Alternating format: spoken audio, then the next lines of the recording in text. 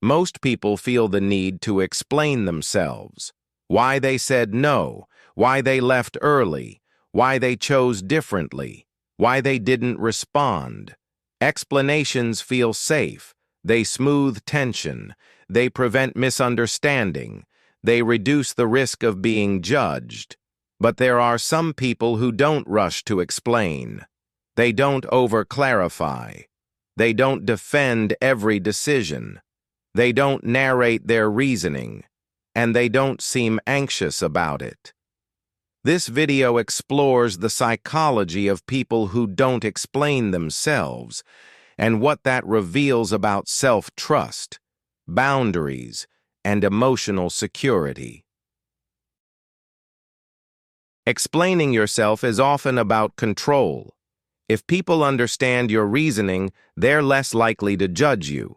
If they know your intentions, they're less likely to reject you.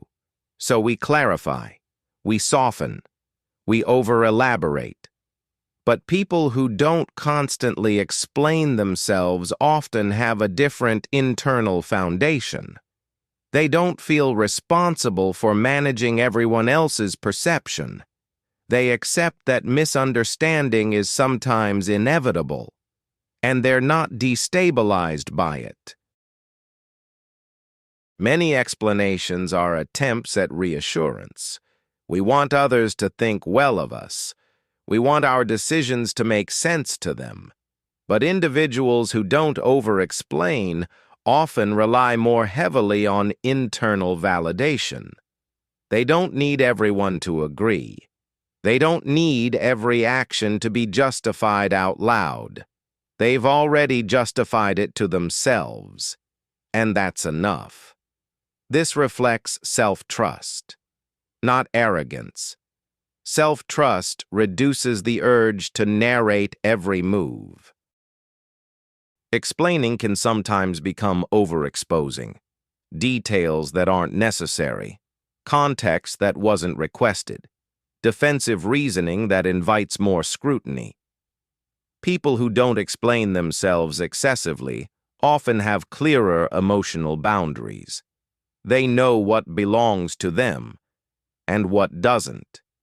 Their decisions are theirs. Their timing is theirs. Their reasoning is theirs. They don't feel compelled to open every internal process to public review. And that containment creates steadiness.